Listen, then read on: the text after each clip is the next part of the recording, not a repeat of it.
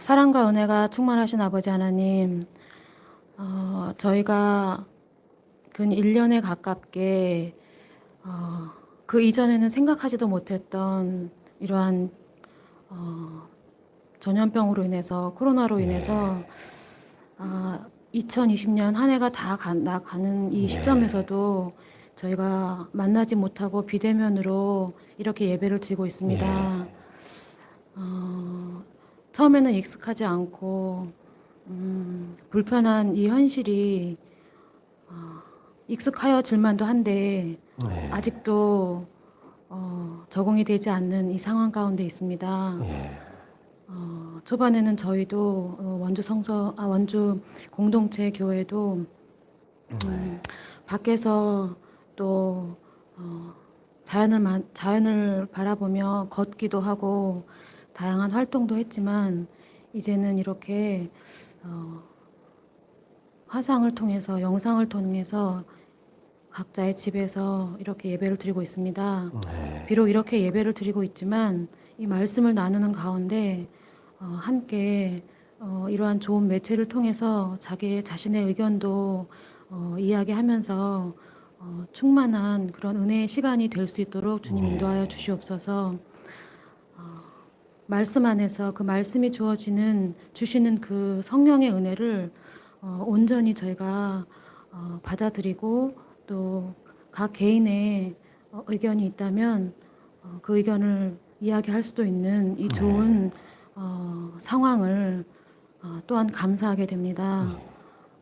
정말 죄 많은 저희들이 죄에서 헤어나올 수 없는 그러한 상황에 있는데도 우리 주 예수 그리스도를 믿음으로 인해서 구원을 받을 수 있는 귀한 이 성령의 시대에 저희가 말씀으로 깨달음을 얻을 수 있도록 주님 도와주시옵소서. 이 시간 처음 시작하는 시간이오니 마치는 시간까지 각자의 처소에서 하나의 마음으로 공동체의 끈을 쥐고 갈 수 있는 귀한 시간으로 삼아 주시길 원합니다. 이 시간을 위해서 노력하여 주시는 우리 청년 방송팀에도 함께하여 주시길 원하고 감사드리며 예수님의 이름으로 기도드렸습니다. 아멘. 반갑습니다, 성도 여러분. 오늘 이렇게 11시 주일 예배로 같이 모여서 찬양 드리고 또 예수님이 우리에게 권면하시고자 하는 말씀을 생각해 보고 또 우리의 삶의 자리에서 하나님의 뜻이 무엇인지를 돌이켜보는 이런 귀한 시간을 갖게 돼서 진심으로 감사드립니다. 무엇보다 우리에게 어떤 인생길을 살아야 하는지, 무엇이 하나님의 백성으로의 삶인지를 가르쳐 주시는 삶의 등불이자 인생의 등불인 하나님의 말씀을 우리에게 허락해 주신 우리의 아버지이시자 우리를 불쌍히 여기시는 창조자이시고 우리의 구원자이신 하나님 아버지, 또 그의 독생자이신 예수님을 높이고 그분께 찬양과 경배를 올려드립니다. 이 시간이 어떤 인간이나 어떤 사람들의 의견이 주장되는 자리가 아니라 저 또한 마찬가지고요. 오로지 예수님의 존귀함과 그분의 말씀의 분명함을 우리가 깨닫고 순종의 열매가 시작되는 그런 자리가 되었으면 좋겠습니다. 자, 우리가 저번 시간에 고린도전서 14장 26절부터 33절까지의 말씀을 같이 나누다가 시간상 다 하지 못했어요. 그래서 오늘 또 26절부터 고린도전서 14장 26절부터 33절까지 한번 읽어보고 실제로는 29절부터 33절의 본문을 주로 나누고 생각을 나눠보도록 하겠습니다.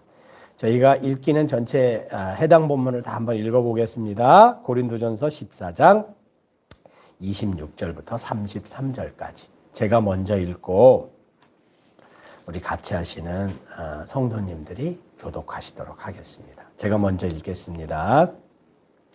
고린도전서 14장 26절 말씀. 그런즉 형제들아 어찌할까? 너희가 모일 때 각각 찬송시도 있으며 가르치는 말씀도 있으며 계시도 있으며 방언도 있으며 통역함도 있나니 모든 것을 덕을 세우기 위하여 하라. 만일 누가 방언으로 말하거든 두 사람이나 많아야 세 사람이 차례를 따라하고 한 사람이 통역할 것이요. 만일 통역하는 자가 없으면 교회에서는 잠잠하고 자기와 하나님께 말할 것이요. 예언하는 자는 둘이나 셋이나 말하고 다른 이들은 분별할 것이요. 만일 곁에 앉아 있는 다른 이에게 계시가 있으면 먼저 하던 자는 잠잠할지니라. 너희는 다 모든 사람으로 배우게 하고 모든 사람으로 권면을 받게 하기 위하여 하나씩 하나씩 예언할 수 있느니라. 예언하는 자들의 영은 예언하는 자들에게 제재를 받나니. 하나님은 무질서의 하나님이 아니시요 오직 화평의 하나님이시니라. 아멘. 모든 예, 감사합니다, 자매님. 자, 우리가 저번 시간에 같이 생각해 본 26절부터의 본문을 잠깐 정리를 하고 29절부터 한번 시작해 볼까요?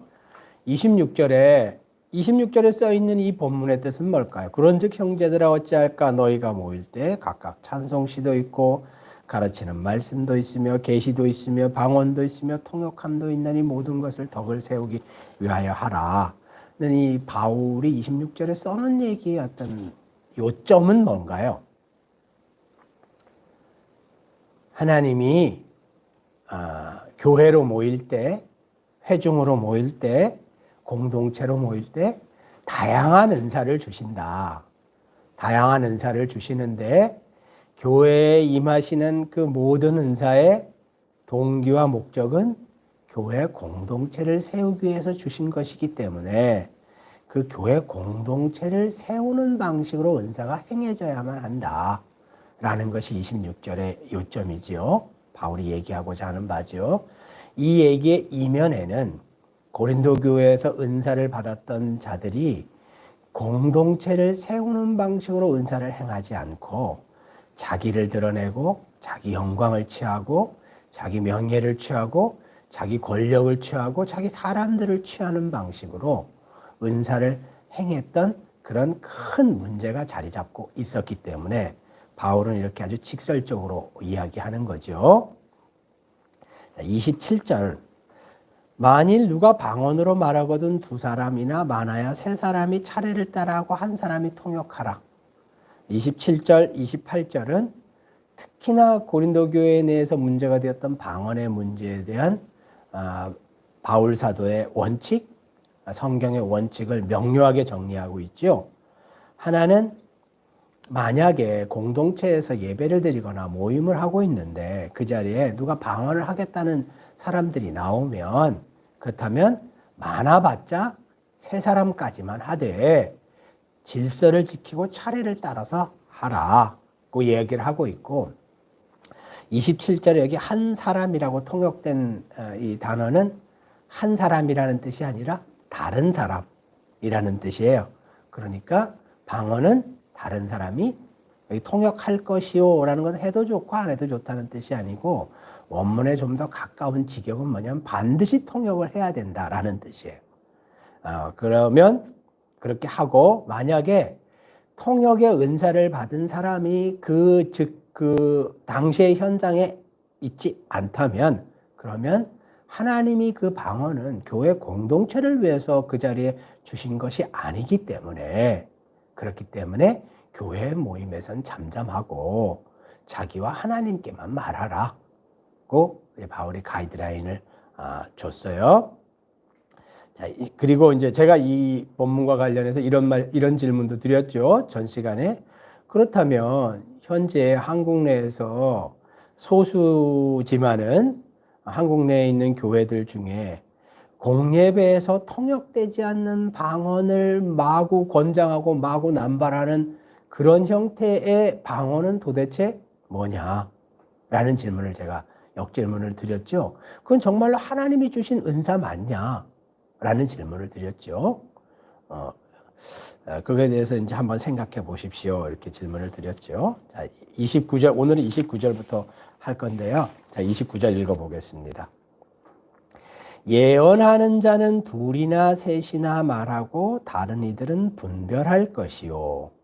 여기서 우리가 꼭 이해하고 넘어가야 될 두 가지 단어가 있다고 전 시간에 말씀드렸죠.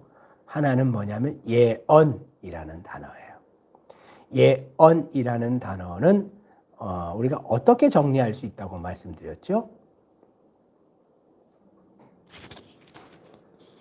여러분이 이해하시는 어떤 표현으로 말씀해 보세요. 성경에 나오는 예언을 어떻게 이해할 수 있을까요? 왜냐하면 29절부터 33절까지가 다 예언과 관련되어 있는 본문이기 때문에 이 단어가 뜻하는 바를 명료히 이해하고 출발할 필요가 있어서 제가 29절부터 다시 시작을 했어요. 예언은 어떤 의미일까요? 설교, 권면. 예언은 맞게 대답해 주셨어요. 예언은 어떤 의미냐 하면 미래에 혹은 현재에 발생한 문제, 계획, 선택에 대한 하나님의 뜻을 선포하고 알려주는 행위예요. 이해하셨죠? 현재나 미래에 발생할 문제나 계획이나 선택에 대한 하나님의 뜻을 명료하게 알려주는 행위예요. 이해하셨죠? 그럼 이제 이거를 현대 교회판 버전으로 바꾸면 뭐 어떤 것들이 있냐면 사역자들이 설교를 하시거나 성경 강론을 하시거나 혹은 어떤 성도나 교회 전체가 어떤 분에게 권면을 하시거나 이런 것들이 해당한다. 이렇게 말씀드렸죠. 우리가 이제 구약 성경을 살펴보지는 않았지만 구약 성경의 선지서에 가보면 예언자들이 나오잖아요. 선지자들 혹은 예언자들이 나오잖아요. 그들의 행위를 이렇게 상상하고 떠올려 보면 설교나 혹은 집단적인 어떤 권면이나 이런 형태의 사역을 의미해요. 그러니까 이제 그걸 생각해 보시면 되고, 그분들이 했던 주 메시지의 내용은 뭐냐면 너희들이 지금 이 문제에 대해서 하나님의 뜻은 A인데 지금 B라는 것을 선택하고 있기 때문에 만약에 A로 돌이키지 않으면 반드시 하나님이 징계를 주실 것이다 라는 내용이 주 내용이에요. 그러니까 예언의 성격을 우리가 좀 이해할 수 있겠죠. 이해하고 알 수가 있겠죠. 자, 그러면 이제 29절을 우리가 이제 예언은 우리가 생각해 봤고요. 여기서 분별이라는 단어도 우리가 전 시간에 생각해 봤잖아요. 분별이라는 단어는 이 단어 연구를 조금 선생님이 해보니까 어떻게 돼 있냐면 분별은 앞과 뒤를 완전히 샅샅이 살펴보고 조각조각 내어서 살펴본 다음에 판단한다 라는 의미를 갖고 있어요. 분별이라는 단어가 분별한다 라는 이 29절에 앞과 뒤를, 앞쪽과 뒤쪽을 아주 낱낱이 샅샅이 조각조각 내서 살펴보고 이게 맞냐 틀리냐를 살펴본 다음에 맞구나 혹은 틀리구나 라고 판단하는 행위를 분별이라는 단어를 썼어요. 그러니까 분별이라는 단어를 쓰면 굉장히 의미가 이렇게 불명료하잖아요. 근데 이렇게 단어 연구를 조금 해보면 아주 이 단어가 의미하는 바가 뭐구나 라는 걸 정확히 알 수 있어요. 그러니까 분별이라는 단어를 쉽게 얘기하면 낱낱이 샅샅이 해부하듯이 살펴보고 뜯어내서 살펴보고 그리고 그것이 맞는지 틀리는지 판단하는 행위를 분별이라고 생각할 수 있을 것 같아요. 그렇다면 29절의 이 얘기는 뭔가요? 지금 이 현장은 어디예요? 성도로 모였을 때, 그렇죠? 성도로 공동체로 회중으로 집단으로 모였을 때 예언의 은사가 임한 사람이 나왔어요. 뭐 설교를 하든 성경 강론을 하든 집단적으로 권면을 하든 하나님의 뜻이라고 이야기하고 그걸 선포하려고 하는 사람들이 나왔어요. 그랬을 때 29절을 보면 우리 정황을 한번 떠올려 보는 거예요. 그런 사람도 많아봤자 공예배 시에 같이 모임에서는 우죽순으로 중구난방으로 하지 말고 질서를 지켜서 세 사람까지만 일단 얘기를 해라 라고 얘기를 하는 거죠. 그리고 아까 방언을 은사로 받았을 때 만약에 방언이 공동체에 유익을 끼치려면 반드시 어떤 은사가 같이 겸비돼야 된다고 성경은 권하고 있나요? 통역. 예, 통역의 은사가 임해야 된다는 거예요. 방언이 공동체에게 유익하려면 하나님은 반드시 그 자리에 통역의 은사를 주신다는 거예요. 예언이 공동체에게 유익을 끼치려면 그러면 무슨 은사를 주신다는 거예요? 29. 분별의 은사를 주신다는 거예요. 예언이 공동체에게 이익을 끼치려면 분별의 은사를 주신다는 거예요. 이런 장면은 우리가 지금까지 공예배에서 예배드렸던 상황과는 많이 틀리죠. 그죠? 많이 틀려요. 그죠? 여기도 분별할 것이요 이렇게 써 있는데 원문에 좀 더 정확한 지적은 반드시 분별하라는 거예요. 분별해도 좋고 안 해도 좋다는 뜻이 아니에요. 반드시 분별하라는 거예요. 그러니까 29절의 내용을 일단 요점 정리하면은 뭔가요? 공예배 시에 예언이 선포되면 듣는 사람들은 분별하라는 거예요. 여기서 분별하라는 게 요점이에요. 공예배 시에 하나님의 예언이 선포되면 앞으로 보고 뒤로 보고 뜯어보고 앞쪽 보고 뒤쪽 보고 낱낱이 해부해보고 그래서 이게 하나님의 말씀에 합당한가를 반드시 살펴보라는 거예요.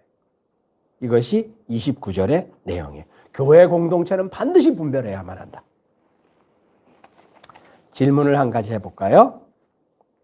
여러분, 만일 지금 여러분 공동체에서 누가 하나님의 말씀을 선포하거나 하나님의 뜻이라고 무엇을 강론한다고 가정해 봅시다. 만약 그런 교회의 공적 모임이라면 그 예언을 듣고 있는 당신은 여러분이죠.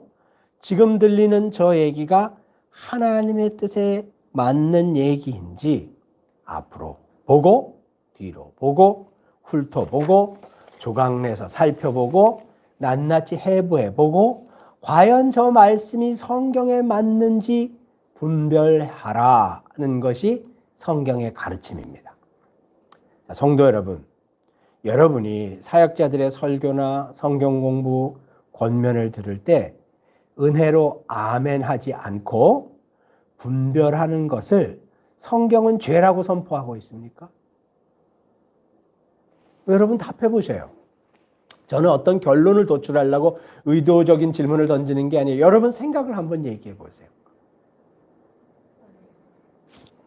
성경은 뭐라고 얘기하고 있습니까?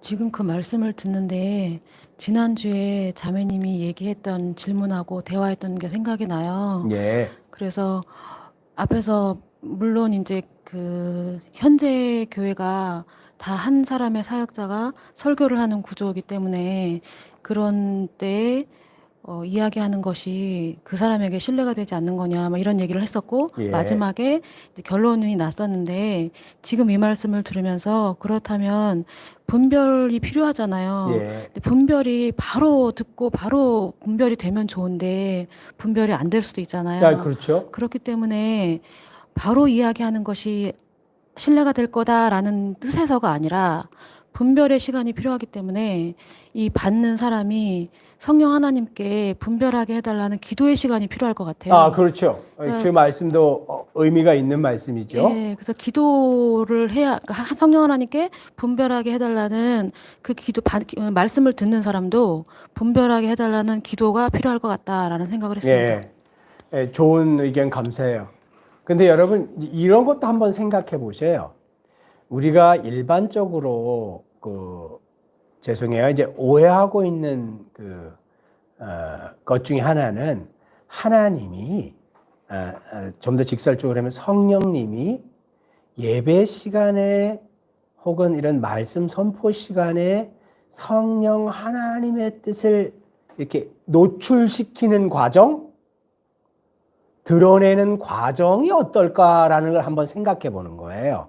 성령 하나님은 어떤 방식으로, 어떤 스타일로 하나님은 당신의 뜻을 우리에게 보여주시고 깨닫고 노출시키는가를 생각해 볼 때, 일단 하나님이 지향하시고 원하시는 방식은 우리가 꼭 기억해야 될 거는 공동체적인 방식이라는 거예요. 공동체적인 방식. 이걸 다른 의미로 이야기를 하면, 이게 분별의 어떤 예로 적용을 해보면, 지금 자매님이 예시한 것처럼 우리가 이제 이 말씀을 들을 때, 저 얘기가 맞는지 틀린지, 이렇게 잘 그러니까 그 자리에서 판가름이 안 나는, 내 개인이 판단할 수 없는 이런 정황도 분명히 있잖아요. 이럴까 저럴까 그런 상황이 분명히 있죠. 그런데 그래서 나중에 그걸 두고 하나님께 기도하는 시간 갖는 것도 굉장히 큰 유의미하죠. 그런데 성령 하나님이 좀 더 우리에게 탄탄대로의 길을 주신 방식은 뭐냐면, 그 자리에서 그 문제에 대한 혹은 그 메시지에 대한 다른 성도의 의견을 들어보는 거예요. 다른 성도의 의견들을 들어보는 거죠. 여러 사람들의 의견들을 들어보는 거예요. 왜냐하면 하나님이 그 여러 사람들에게 성령의 어떤 깨달음과 지혜로 그들에게 뭔가 하나님의 자원과 선물을 주시고, 그들의 입을 통해서 그 자리에 참석한 회중들에게 그것을 듣기 원하시기 때문에 그래요. 그래서 이제 우리가 일단 이 은사나 어떤 사역, 예배, 어떤 교회의 삶을 생각해 볼 때 꼭 첫 번째로 기억해야 될 것은 뭐냐면, 성령 하나님은 나와 사적이고 개인적인 관계로 소통하고 관계를 맺는 분이시죠. 그런데 이거보다 훨씬 성령 하나님이 중요하고 가치 있게 생각하는 것은 뭐냐면, 공동체가 집단적으로 성령 하나님의 뜻을 깨닫고 수용하고 받아들이는 그 경험이에요.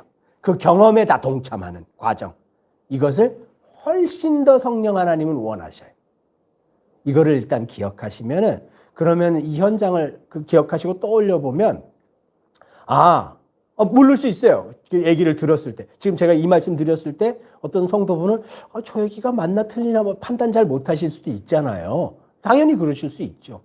그렇지만은 제 의견에 대해서 기도하실 수 있죠. 나중에 가셔서 혹은 성경을 찾아보실 수도 있고. 그렇지만 제 의견에 대한 다른 성도분들의 의견 또한 들어보는 거예요. 충분히. 그 과정에서 성령 하나님의 뜻이 오롯이 드러나요. 얘기한 어떤 문제에 대한. 그래서 내가 하나님께 기도하면서도 깨닫지 못한 부분을 그 자리에서 다른 성도의 얘기를 들으면서 금방 깨달을 수 있어요. 뭐 이런 과정들. 그러니까 지금 얘기하는 건 그런 과정이죠. 그걸 한번 생각해 보시면 좋을 것 같아요. 자, 그럼 우리 조금 더 읽어볼까요? 30절. 만일 곁에 앉아있는 다른 이에게 계시가 있으면 먼저 하던 자는 잠잠할지니라. 제가 이 번역을 읽고 참 고민을 했어요. 왜 고민을 했냐면, 여기 만일 곁에라고 표현되어 있잖아요. 이 표현은 원문의 바른 직역이 아니라는 생각이 드는 거예요. 제가 뭐 헬라어를 아주 잘하는 사람이 아니기 때문에 원문의 바른 직역이 아니에요. 뭐 영어 성경이나 다른 번역본을 읽어보신 분들은 읽어보시면 알 거예요.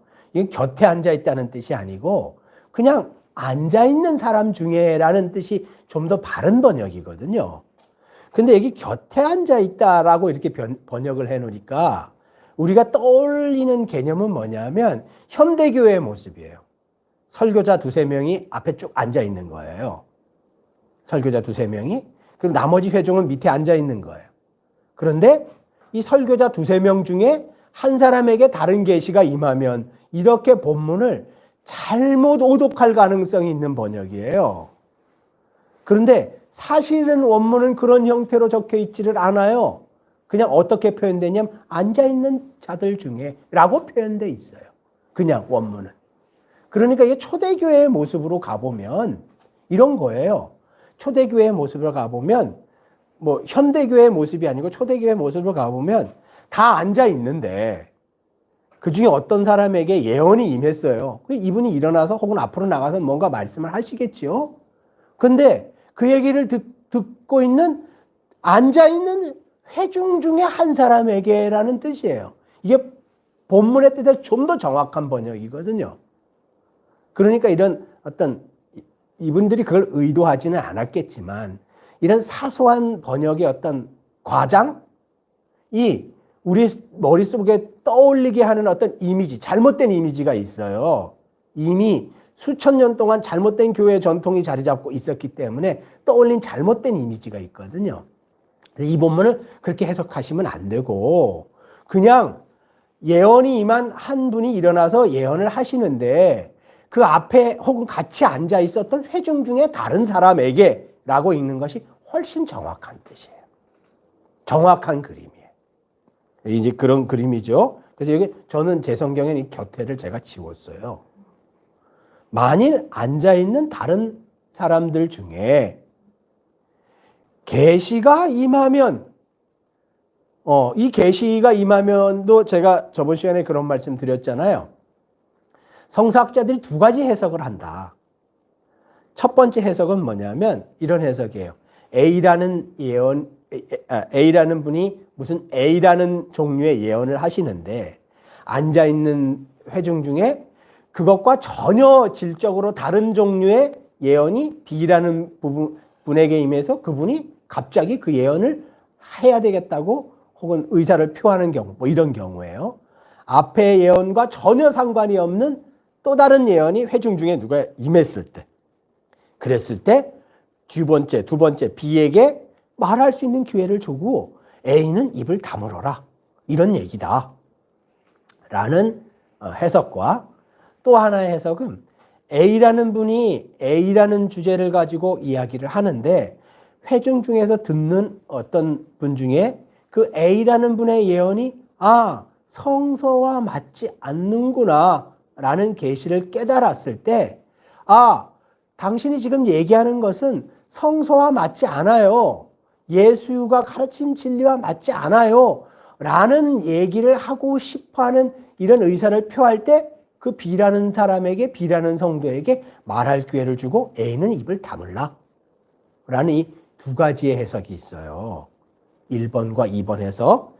제가 설명은 해드렸는데 잘 이해하실 수 있겠죠? 1번 해석과 2번 해석이 있어요.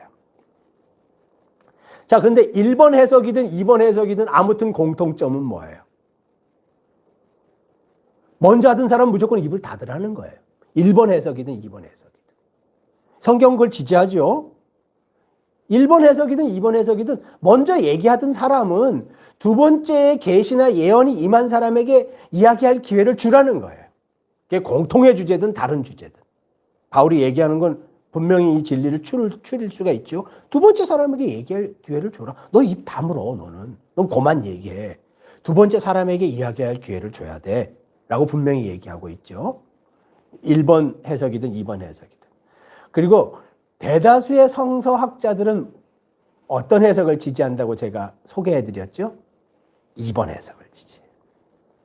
왜 그러냐면 앞에 나온 문맥과 뒤에 나온 문맥이 어떤 단어를 갖고 있기 때문에 그래요.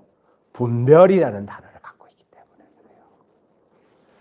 지금 우리는 예언 파트를 같이 나누고 있잖아요. 예언 파트를 나누고 있기 때문에 앞에 나온 문맥과 뒤에 나온 문맥이 분별이라는 중요한 어떤 행위에 대한 어떤 의미를 계속 이렇게 되풀이해서 풀어서 설명하는 과정이기 때문에 그래서 2번 해석을 지지해요. 2번 해석을 다시 정리하면 예를 들면 제가 지금 이 주제에 대해서 이야기를 하는데 그런데 곁에 같이 앉아있는 형제 자매님들 중에서 제 생각과 다르거나 조금 틀리거나 상이하거나 그것이 더 성경의 뜻에 합당하다고 생각하는 분이 있으셔서 그분이 이야기할 기회를 요청하면 뭐 이런 뜻이죠.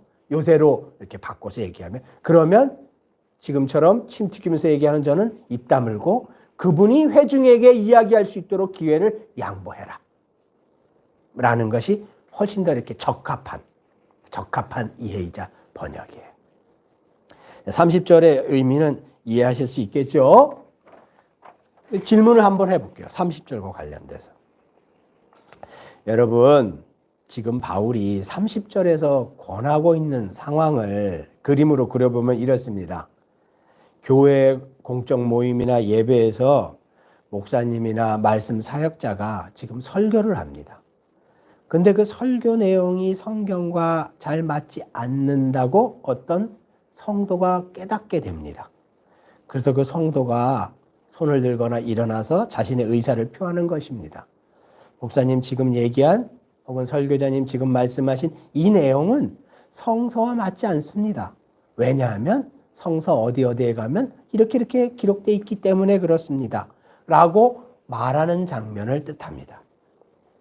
이렇게 회중 중에 한 분이 예언을 듣다가 그 선포되는 예언과 관련해서 뭔가 하나님이 주신 의견을 표하려고 할 때, 그럴 때 그 두 번째 의견을 표하려고 하는 사람에게 반드시 말할 수 있는 기회를 주고, 먼저 예언을 선포하고 있었던 은사자는 교회에서 입을 다물라는 것이 바울의 가르침입니다. 여러분, 바울은 도대체 왜 이렇게 하라고 한 걸까요? 지금 이 30절의 짧은 본문, 아주 곤란한 본문이죠. 이 곤란한 본문이 우리에게 주고자 하는 교훈은 뭘까요?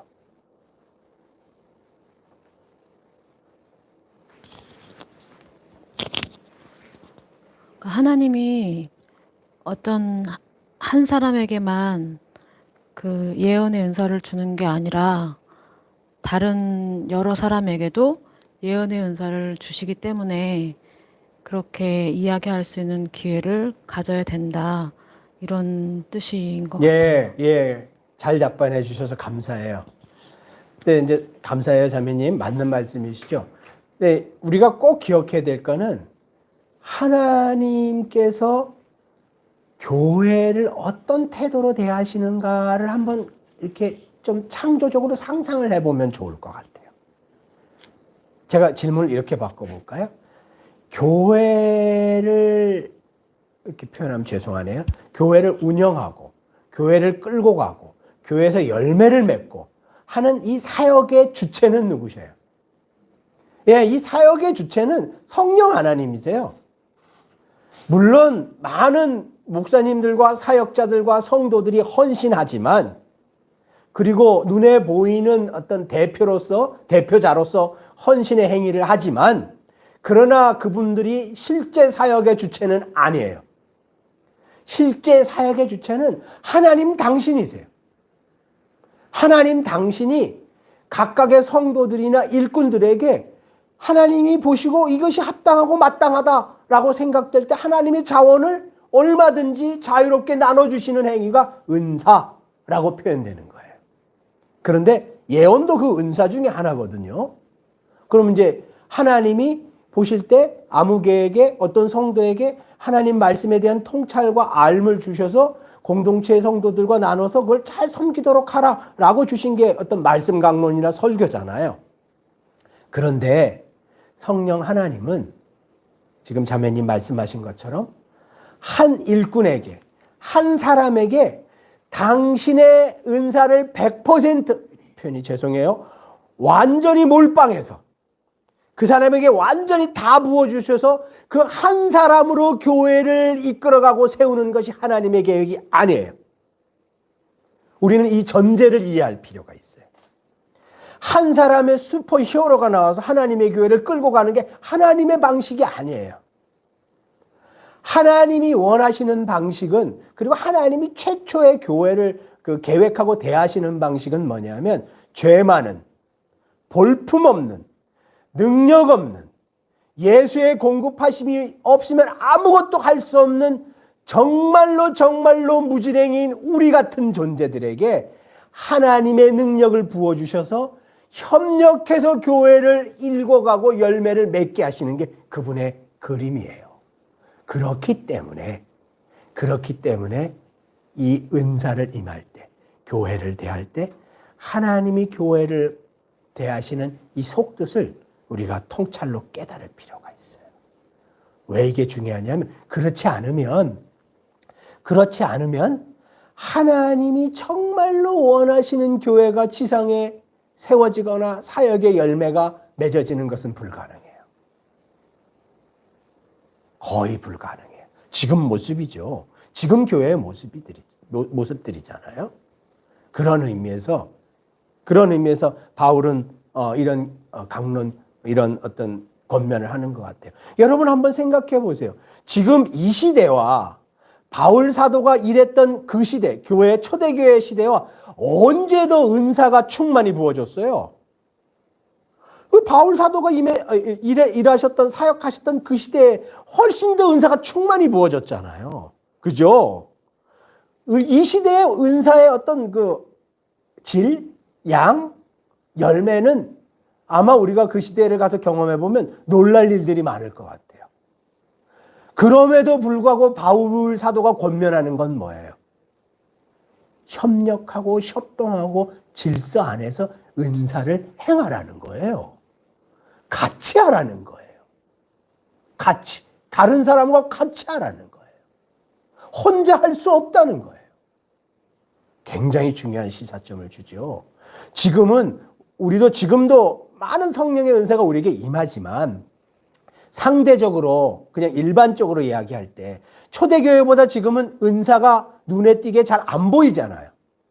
그럼에도 불구하고 지금 현대교회는 한두 사람의 은사 받은 사람이 교회를 끌고 간다고 성도들이 생각을 해요. 이게 얼마나 잘못된 생각이에요. 잘못된 생각을 넘어서서 얼마나 교회 공동체를 위해서 위험한 생각이에요. 위험한 생각이죠.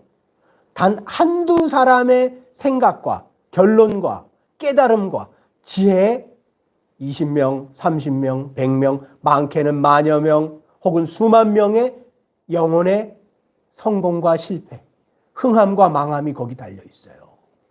얼마나 위험한 생각이에요. 하나님은 이런 방식으로 교회를 대하시지 않거든요.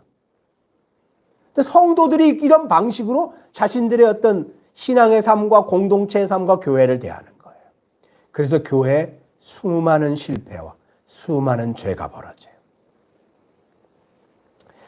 자, 그러면 조금 더 읽어볼까요? 31절.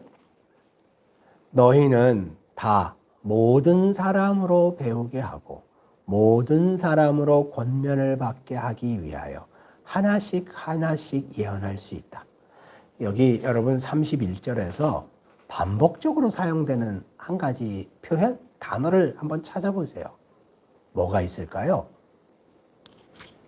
모든 사람? 네, 모든 사람, 모두, 모든 사람, 전부, 이런 표현이에요. 이 번역을 한번 읽어보면, 제가 다시 한번 천천히 읽어볼게요.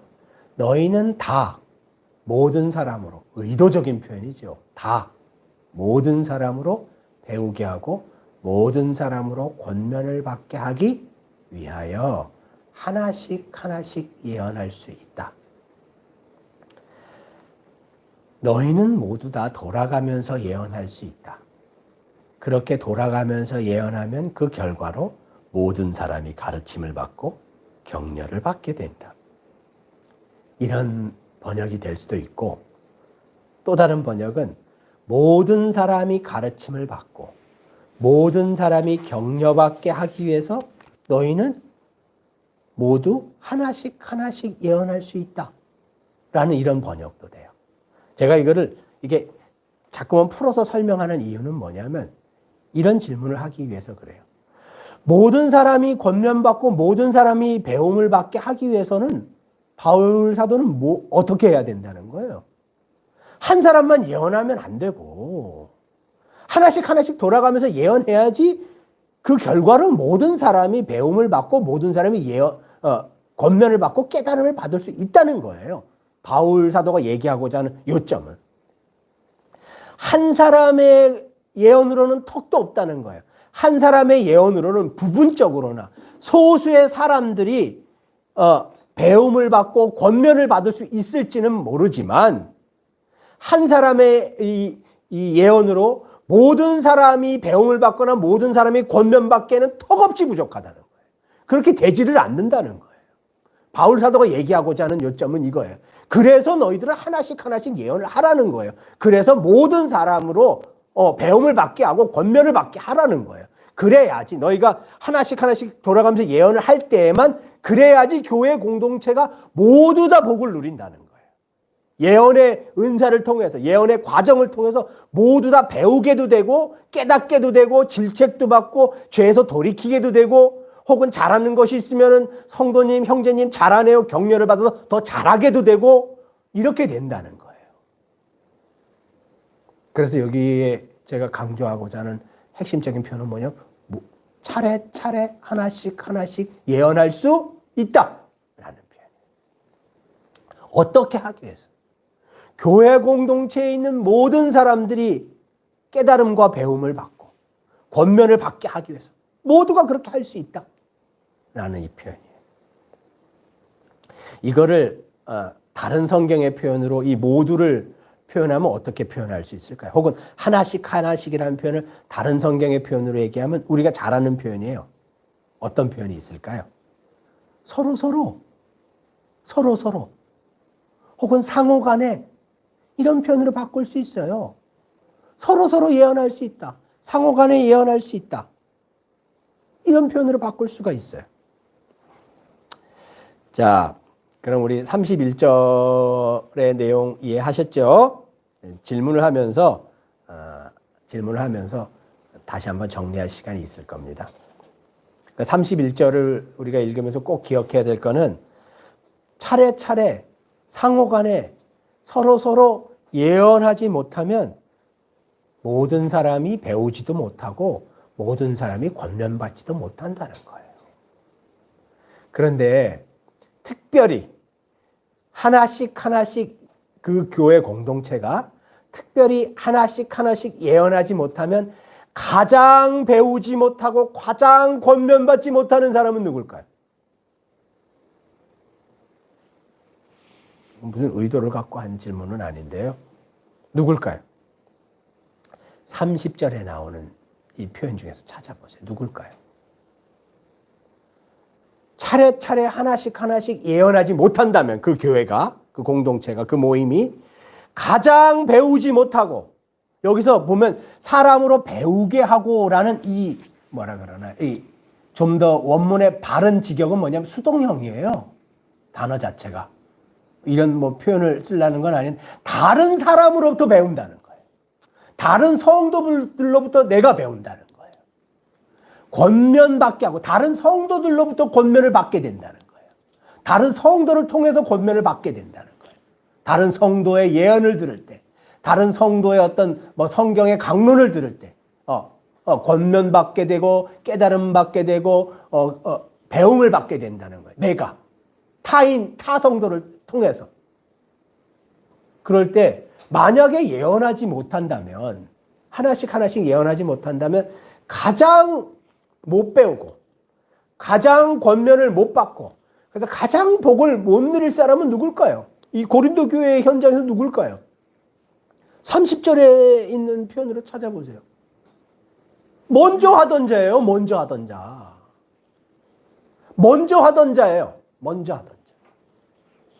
먼저 하던 자는 뒤에 계시가 임한 이 성도의 예언을 듣기를 거부하잖아요.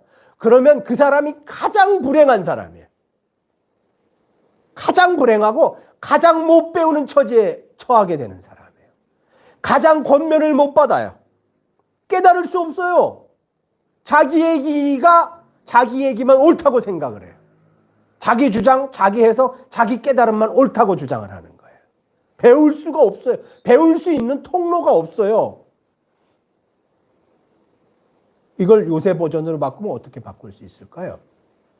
저 같은 설교자, 사역자, 말씀 강론하는 사람들, 목사님들 이런 분들이 어떤 설교나 말씀 강론을 할 때 그 말씀 강론과 관련해서 본인의 주장이나 본인의 메시지와 다른 생각을 가진 다른 성도의 의견을 듣기를 거부하잖아요. 그러면 가장 폭망하는 사람들이 누구냐면 소위 사역자들이에요. 가장 제일 먼저 망하고 가장 다친 사고를 갖게 되고 성령 하나님의 뜻을 깨닫지 못하고 자기 구조에 갇히게 되고 죄가 뭔지도 깨닫지 못하고 이런 참 곤란하고 힘든 일이 소위 일꾼들에게 제일 먼저 닥친다는 거예요. 그러니까 혹시 이 자리에 혹은 이 영상을 볼지도 모르는 한국교회 사역자 일꾼 말씀 사역자 여러분, 목사님 여러분 제 얘기에 대해 어떻게 생각하셔요? 전 여러분 공격할 의사가 없어요. 저도 참 하나님 앞에 비참한 일꾼 중에 한 사람이잖아요. 그냥 제가 마음의 부담을 여러분께 그냥 솔직하게 질문으로 던지는 거예요. 우리가 곁에 앉아있는 혹은 앉아있는 회중 중에 임한 하나님의 계시, 그래서 그 성도들을 통해서 우리에게 들려주시고자 하는 하나님의 그 진심을 듣기를 거부한다면, 그런다면 가장 먼저 우리에게 크나큰 불행이 닥쳐요. 일꾼들에게. 무엇이 하나님의 뜻인지 분별하기가 힘들어지는 거예요. 자꾸만 죄된 결정과 죄된 판단을 내리는 거예요. 자꾸만 성경의 자기 주장을 섞어서 얘기를 하는 거예요. 이런 일들이 벌어져요. 자, 32절 한번 읽어보겠습니다. 32절. 예언하는 자들의 영은 예언하는 자들에게 제재를 받나니. 이것도 성경에 있는 많은 어떤 문제 성경 구절 중에 하나예요. 무슨 뜻이냐면 해석이 반으로 딱 갈라지기 때문에 그래요. 자, 제가 한번 설명해 드릴게요. 두 종류의 해석이 있어요. 1번의 해석 의견. 예언하는 자들의 영은 예언하는 자들에게 제재를 받는다. 앞에 나오는 예언하는 자들과 뒤에 나오는 예언하는 자들이 동일인이다 라는 주장이에요. 그래서 이걸 어떻게 이야기할 수 있느냐면, 예언하는 자는 자기 스스로 자기 영을 통제해서 무질서하게 은사를 행하지 못하도록 해야 하고 그렇게 할 수 있다 라는 해석이에요. 제가 이 설명을 이해하실 수 있겠죠? 그래서 예언하는 자들의 영은 예언하는 자들에게 제재를 받나니, 받아야 된다. 뭐 이렇게. 자기가 스스로 자기가 무질서하게 은사를 행하려고 하고 다른 사람과 협력해서 은사를 행하려고 하지 않는 그런 오만한 은사의 어떤 발현의 태도를 스스로 조절하고 통제하고 뭐 이렇게 잘 조율을 해야 된다라는 의미로 바울이 이야기한 거다라는 것이 첫 번째 의견. 첫 번째 해석. 두 번째 해석은 앞에 나와 있는 이 예언하는 자들과 뒤에 나와 있는 예언하는 자들은 다른 존재다라는 해석이에요. 두 번째 해석 설명해 드리는 중이에요. 그래서 A라는 분이 어떤 은사를 발현하거나 예언을 할 때 그것을 듣는 B라는 분의 어떤 영, B라는 분의 계시가 A라는 분의 잘못된 은사를 조율하고 균형을 맞추고 통제하고 제재해야 한다라는 의견이다 라는 것이 2번 의견이에요. 2번 주장이에요. 자, 1번 주장과 2번 주장은 다 이해하실 수 있겠죠? 근데 여러분, 우리가 앞에 문맥과 뒤에 문맥을 쭉 읽어보면 32절은 1번의 해석이 맞을까요? 아니면 2번의 해석이 맞을까요?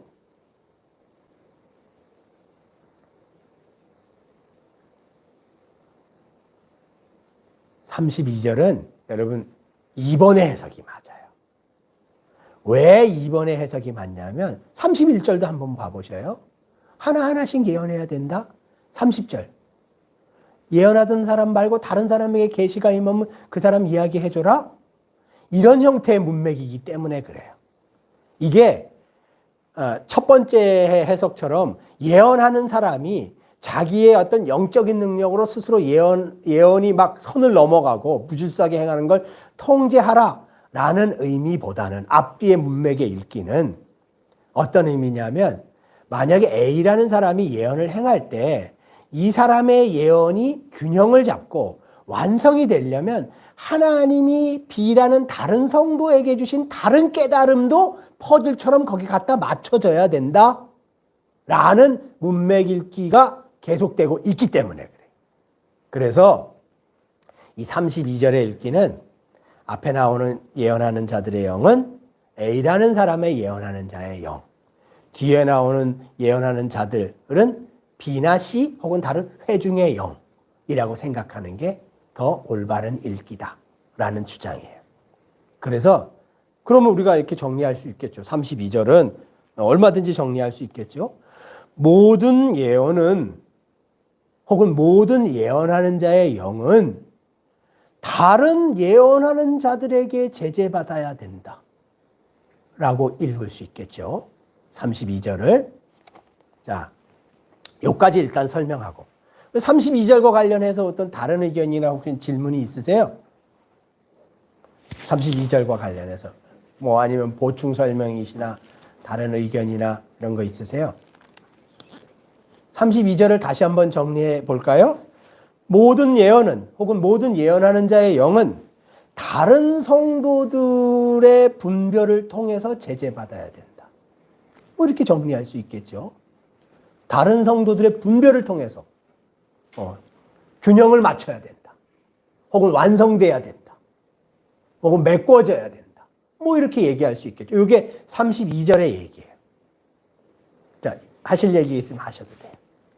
저희가 이제 이 본문을 좀 더 깊게 이해하기 위해서 살펴보고 싶은 지점이 앞에 지금 이 26절부터 32절까지의 맥락은 이 교회 구성원들이 전부 어떤 분별에 참여해야 하고 모든 사람이라는 단어를 사용함으로써 이 분별의 은사가 어떤 특정한 사람에게 주어진 것이 아니라 그 모든 사람에게 허락된 것이다라고 되어 있는데 사실 이제 요거 이전에 12장의 10절 부분을 보면 어떤 사람에게는 능력 행함, 어떤 사람에게는 예언, 어떤 사람에게는 영들 분별함, 다른 사람에게는 각종 말함 이런 식의 어떤 마치 은사가 카테고리를 각각의 사람들에게 따로따로 이렇게 부어준다라는 뉘앙스 때문에 14장을 읽었을 때 이런 부분들이 잘 이해가 되지 않는 사람들이 꽤 있다고 저는 생각을 그럴 수 하거든요. 있죠.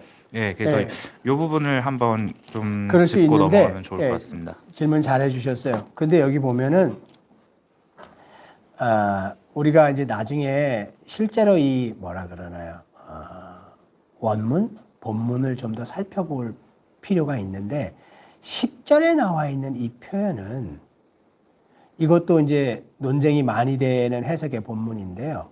어떤 사람에게는 이렇게 표현되어 있는데 어떤 사본은 어떤 사람들에게는 이렇게 표현되어 있어요. 그러니까 무슨 뜻이냐면 어떤 사람들에게는 예언함을 이렇게 표현되어 있다는 거예요. 우리가 갖고 있는 성경 어떤 사람은 그럼 홀로 단수의 의미로 받아들이잖아요. 근데 어떤 사본은 어떤 사람들은 이렇게 표현되어 있다는 거예요. 그러니까 한 종류의 예언도 복수 혹은 다중이 받는다는 거예요. 그런 의미로 표현되어 있어요. 그래서 어떤 사람들에게는 각종 방언 말함을 뭐 이렇게 표현되어 있다는 거예요. 그러니까 지금 질문자가 말씀하신 것처럼 그 생각을 가질 수도 있는데 좀 더 이렇게 성서적인 그림은 뭐냐면 한 종류의 은사가 한 사람에게 핀셋처럼 임한다라는 것은 성서적인 그림은 아니라는 거예요. 특별한 은사가 그 사람에게 핀셋처럼 임해서 그 사람에게만 계속 간다라는 건 성서적으로 맞는 그림은 아니에요. 그렇다면 이제 이 문제는 좀 해결이 될 것 같아요. 이제 우리가 왜 이런 고민에 자꾸만 빠지냐면 교회가 지금까지 교회 전통이라고 가지고 왔던 이 전통의 무지막지한 힘 때문에 그래요. 우리는 자연스럽게 그걸 상상하게 되거든요. 그림을 떠올릴 때. 그러니까 그걸 한번 생각해 보시면 좋을 것 같고요. 그러니까 우리가 32절을 이렇게 읽어보면 무슨 생각이 드세요? 이거를 죄송해요 이렇게 표현하면 만약에 이렇다면 예언하는 자의 영이 다른 성도들의 예언에 제재받고 다른 성도들의 어떤 통제를 받으면서 균형을 맞춰야 돼. 뭐 이런 것을 바울이 주장했다라는 식으로 성경을 우리가 읽고 지금 죄송해요. 저는 주장하잖아요. 그렇다면은 현대교회에서는 뭐라고 얘기를 할까요? 교회는 엉망진창이 될 거야. 그게 뭐 교회야. 그게 무슨 교회 안에 질서가 쓰는 거야. 예배는 엉망진창이 될 거야.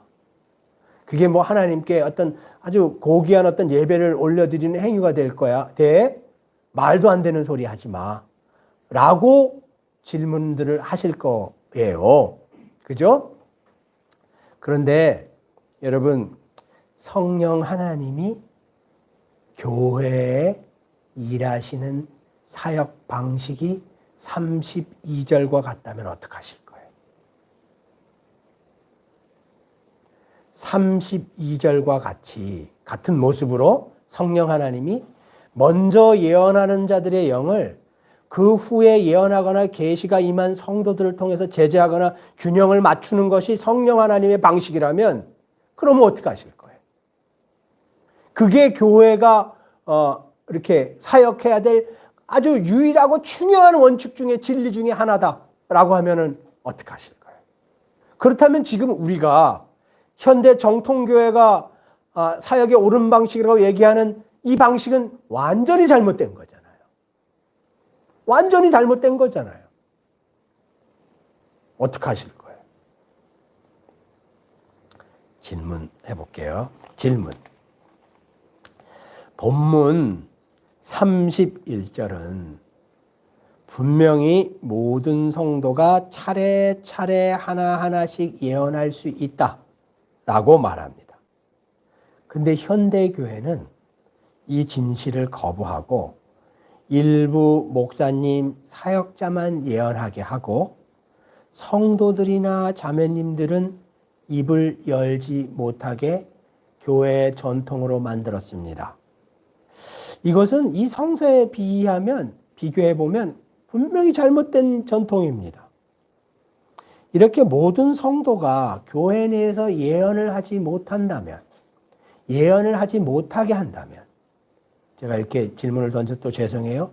자매님들이 교회에서 예언을 하지 못하게 한다면 교회 내에서는 어떤 문제가 발생할까요?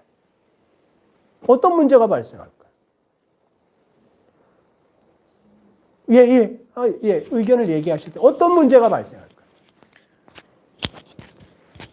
당연히 어떤 그 한 사람의 사역자의, 그러니까 어쩔 수 없이 우리 인간은 죄인이잖아요.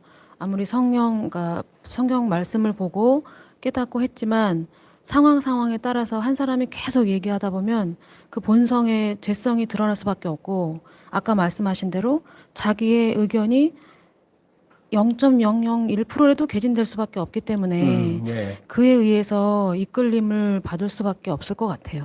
한 사람이서 계속 맞죠. 한다면. 예.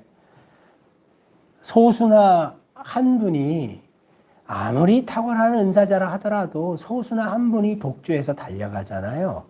그러면 그것은 성령 하나님의 온전한 그림을 다 드러낼 수 없어요. 그것을 우리 그리스도인들은 솔직히 인정할 필요가 있어요. 모든 사역자들도 솔직히 인정할 필요가 있어요. 왜냐하면 사역자 여러분, 목사님 여러분, 제가 이 질문 던지면 불쾌하게 생각하실 수 있는데 제가 제 자신에게 던지는 질문이라고 생각하고 한번 들어보세요. 여러분이 아무리 하나님 교회를 섬기는 일꾼들이지만 완전한 인간은 아니잖아요. 죄성을 갖고 있는 인간이잖아요.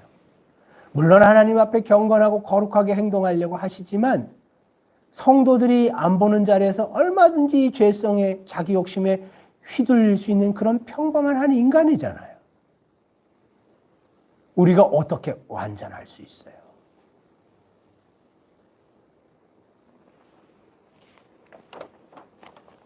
자, 33절 한번 읽어보겠습니다. 하나님은 무질서의 하나님이 아니시요 오직 화평의 하나님이시니라. 그리고 후반절은 뒤에 있는 다른 바뀌는 문맥과 연결되는 거라서 여기서 끊겠습니다. 무질서라는 이 단어를 제가 좀 찾아보니까 하나님 무질서의 하나님이 아니시오. 이런 의미를 갖고 있더라고요. 무너뜨린다. 무너뜨린다. 허물어버린다. 혼돈을 초래한다. 라는 의미를 갖고 있어요. 이게 뭐 다 똑같은 얘기 아니야? 이렇게 생각하실 수 있는데 교회를 생각해 보세요. 공동체를 생각해 보면 이 무질서라는 단어의 이 풀이가 우리에게 다른 의미로 새롭게 다가와요. 교회를 허물어 버린다는 거예요. 교회를 혼돈에 빠뜨린다는 거예요. 이 혼돈이라는 단어는 예를 들어서 뭐 태초에 아주 암흑과 혼란이 있었던 이런 상태의 단어를 썼어요. 완전히 혼돈의 엉망진창으로 교회를 만들어버리고 교회를 허물어버린다라는 뜻의 단어가 무질서라는 이 단어의 뜻이더라고요. 또 뒤에 나오는 화평이라는 단어 있잖아요.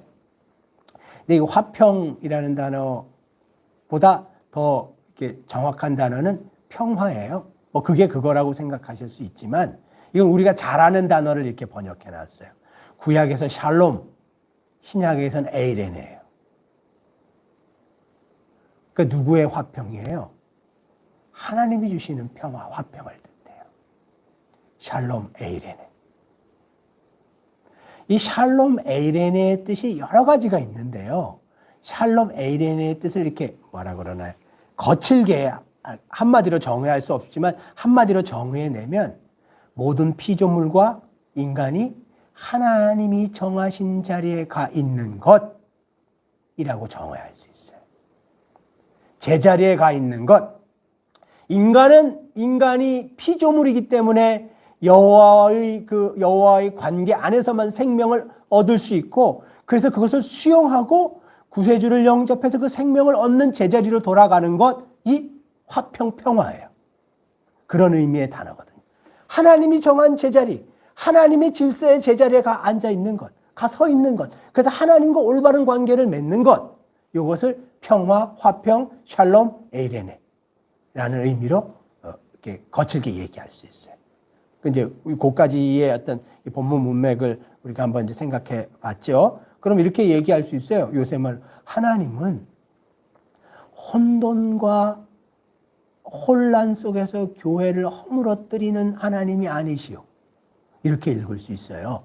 의역으로 하자면 하나님은 우리가 여긴 이제 교회 성도들이니까 교회 성도들이 하나님과 마땅한 관계를 맺을 수 있는 자리에 위치하기를 원하시는 분이다. 이렇게 의역해서 읽을 수가 있어요. 이 본문을. 그러면 우리가 이 본문을 그냥 쑥 읽을 때와 떠오르는 느낌이 조금 틀리죠. 조금 느낌이 틀려요. 이 본문 문맥을 이렇게 들여다보면 이 본문이 얘기하고자 하는 뜻이 내가 상상한 것과 좀 틀리구나 라는 걸 깨달을 수 있어요. 자, 여러분. 그러면 여기 굉장히 중요한 단어가 나왔어요. 질서, 무질서라는 단어가 나왔어요. 그죠? 왜냐하면 이거는 이 지금 방언이든 예언이든 고린도 교회든 현대 우리 교회든 공동체 교회든 뭐 큰 교회든 작은 교회든 다 은사나 은사의 발현 혹은 교회 내에서 다른 의견, 다른 어떤 의견들이 개진될 때 다 양쪽이 주장하는 게 질서라는 단어를 가지고 오기 때문에 그래요. 그러니까 좀 더 이걸 현대적인 표현으로 얘기하면 어떻게 표현하냐? 교회의 질서라는 단어를 가지고 와요. 어디서요? 사역자들도 목사님들도 계시가 임한 성도가 무엇을 이야기하려고 할 때 그거는 교회 질서를 허물어뜨리기 때문에 더 이상 이야기하면 안 돼요 라고 이야기를 하죠. 그래서 교회 질서를 이야기를 해요.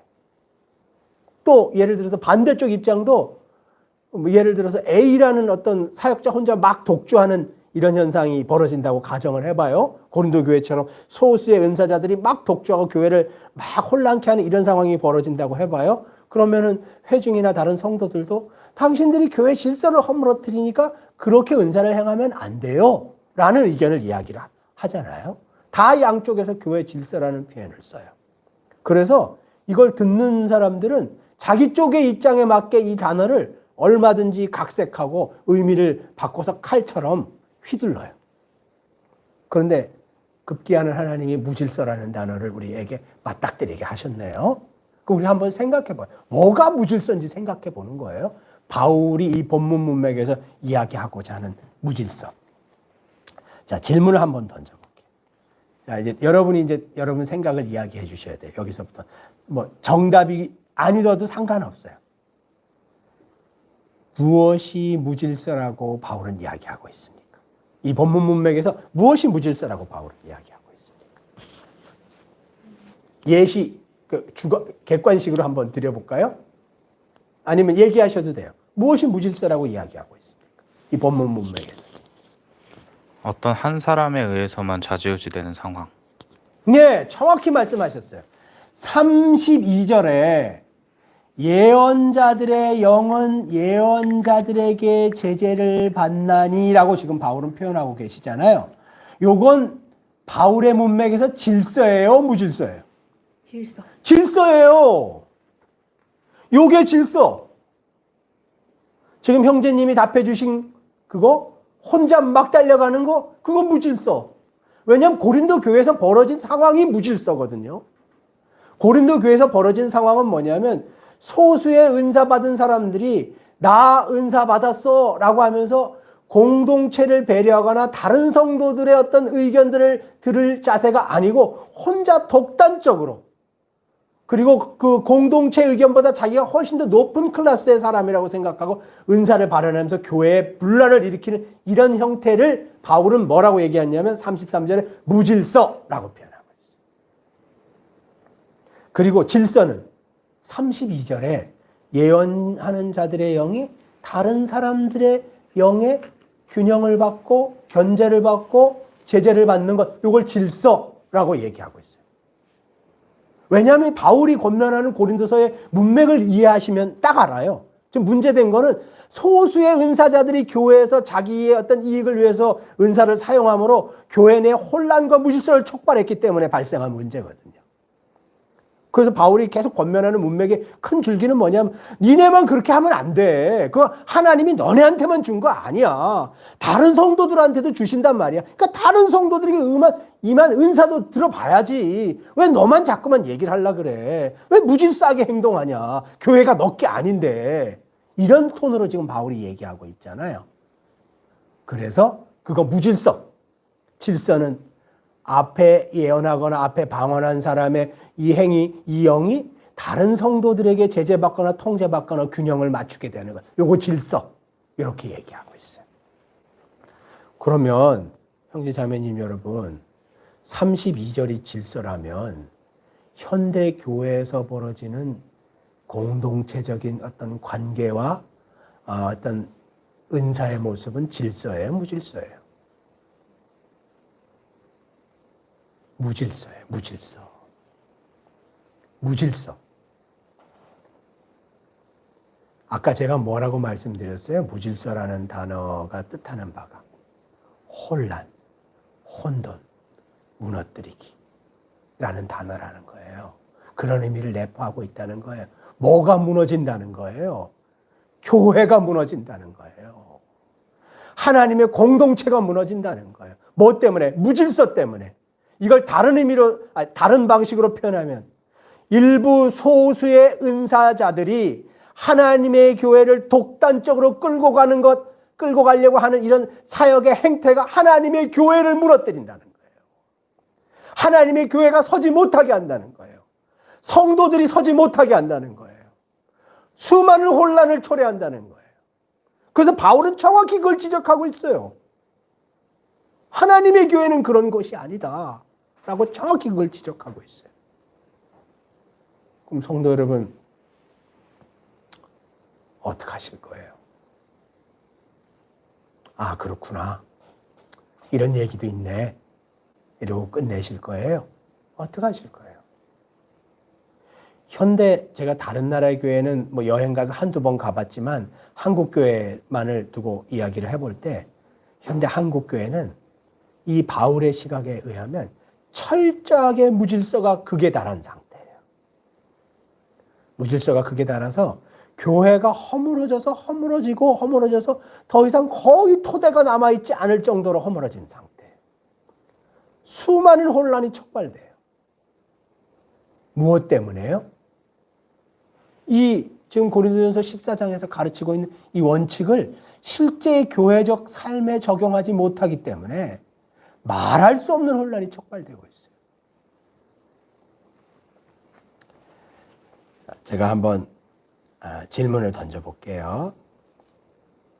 오늘 본문에서 바울이 가르치고자 하는 교훈을 정리해 보면 예언을 행할 때 질서 있게, 즉 혼자 독주하거나 독단적으로 하지 말고 상호 협력해서, 즉 평화의 하나님이 원하시는 방식으로 행하라는 것입니다. 그렇다면 성도 여러분, 우리의 고민은 이것입니다. 교회의 질서라는 미명하에 억압의 도구로서 전통과 규범을 만들어서 다른 은사자들이나 다른 성도들의 입을 막으려고 하는 경우는 없습니까? 성도들을 통제하고 억압하려는 용도로 사용되는 잘못된 억압의 도구로서의 질서, 이것과 다른 성도를 진심으로 배려하라는 마음에서 나오는 자기 절제로서의 질서, 이것 사이에는 어떤 차이가 있을까요? 여러분 교회 안에 지금 있는 그 질서는 소위 어떤 질서이며 누구를 위한 질서입니까? 제 질문은 다 했어요. 여러분이 답변과 생각을 이야기해 주세요. 여러분 교회 안에 있는 질서는 누구를 위한 거예요? 말씀해 주셔도 됩니다. 너무 질문이라고 해야 될지 사실은 오랜 세월 그 현재 교회의 일반적인 그 구조에 의해서 신앙생활을 했던 사람으로서 지금 말씀하신 거가 어떤 의미이고 바울이 어떤 의미로 이야기했는지 다 이해는 돼요. 네. 그리고 그것이 옳은 방향이라는 것도 이해가 되고 그때 시대의 고린도 교회에서 말을 하는 질서는 예언을 서로 하는 것이다 라는 것도 이해가 되는데 네. 지금 현재 말씀을 들으면서 저는 어쩔 수 없이 현재 상황을 견주어서 생각할 수밖에 없는데 이 질서와 무질서라는 말이 그 바라보는 시각에 따라 너무 다르겠구나. 네. 하나님이 보시기에는 질서와 무질서 보시기에 그리고 우리가 이제껏 신앙생활을 해왔던 그 사역자가 바라봤을 때는 본인이 질서를 지키고 있다라고 생각할 수 있을 텐데 예. 왜냐하면 이것에 의해서 성도들이 서로 예언하고 각 사람이 한 명씩 하다 보면 무질서로 보일 수밖에 없을 것 같다는 생각을 예, 해보게 예. 되고요. 그리고 성도의 관점에서도 저희 현재 공동체 교회가 주일 예배를 드릴 때 보면 이제 한 사람 한 사람 이야기할 때 또 자칫 잘못하면 그게 무질서로 보일 수도 있겠구나 예. 라는 생각을 했어요. 예. 그래서 더더군다나 저희가 이 부분을 깊게 이해를 해야 되고 예. 꾸준히 실천을 해야 되겠구나라는 생각을 저는 했어요. 예. 감사합니다. 그리고 또 얘기하세요. 하나는 어쩔 수 없이 정말 이제껏 너무 오랫동안 몸에 밴 이 관습에 의해서 이렇게 바뀌어가는 상황을 어떻게 그 과정에 있는 과도기적인 과정을 우리 성도가 어떻게 하나님 말씀하신 대로 그 질서의 상황으로 이끌어가야 되는 게 맞는데 저 개인적인 생각을 하다 보면 사실 일반 성도들은 기본적으로 그런 생각을 하게 되는 것 같아요. 그러니까 사역자와 성도의 구분, 신학 공부를 했느냐 안 했느냐 이 구분을 할 수밖에 없고, 예. 네 저에게 주신 하나님의 은혜의 말씀이 분명히 있음에도 있다고 나름의 생각을 하고 하나님이 주신 생각이 있는데 이야기하고 싶은 게 있는데 신학 공부를 하지 않았으니까 이 이야기를 과연 여기서 해도 될까? 예. 이런 생각을 하게도 돼요. 예. 그래서 정말 쉽지 않구나. 이 우리나라뿐 아니라 전 세계적으로 잘못 알고 있는 이것들을 우리가 바꿔나가려면 아까 모든 사람이 배워야 된다라고 했고 모든 사람이 권면을 받기 위해서 예언을 해야 되는데 우선은 제일 먼저가 배우는 것이 먼저겠구나. 예. 바울이 말씀하신 질서와 부질서를 온전히 받아들이는 게 먼저겠구나라는 생각을 했습니다. 예, 귀한 답변 감사해요. 이제 자매님 말씀을 들으면서 저한테 자매님 답변해 주신 것에 대한 제 생각, 짧은 소회를 말씀드리면 과연 어떤 형태가 예를 들어서 표현하신 대로 사역자 입장에서는 성도들이 의견을 표현하는 게 무질서처럼 보일 수 있죠.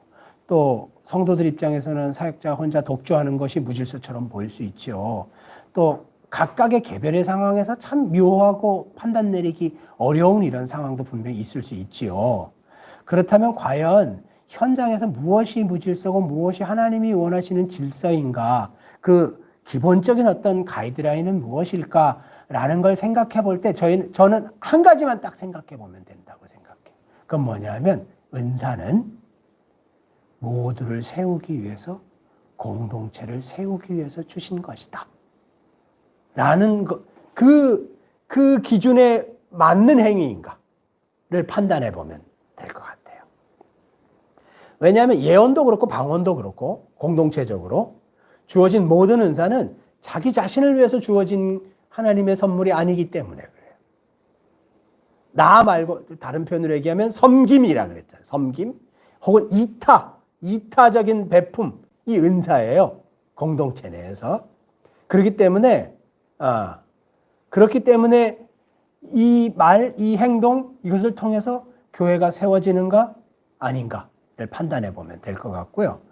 또 한 가지 저번 시간에 나눴던 그 질문과도 연결되어 있는데, 교회를 세운다, 교회를 허문다 라는 이 단어에 우리가 뭐라 그러나요? 오해가 좀 있는 것 같아요. 오해 혹은 미진한 이해가 좀 있는 것 같아요. 예를 들어서 아까 30절처럼 A라는 사역자가 예언을 선포하는데 회중 중에 한 사람이 다른 계시를 받았어요. 그래서 손 들고 그거는 고린도전서 14장 30절에 보니까 형제님 지금 말씀하시는 게 그런 뜻이 아닌데요. 왜냐하면 저는 이렇게 생각하기 때문에 그래요. 이렇게 얘기하려고 하는데 이런 상황이 발생했다고 가정을 해봐요. 그때의 질서는, 지금까지의 질서의 모습은 뭐예요? 그 B라는 형제는 입을 다물어야 되는 거죠. 조용히 해야 돼요.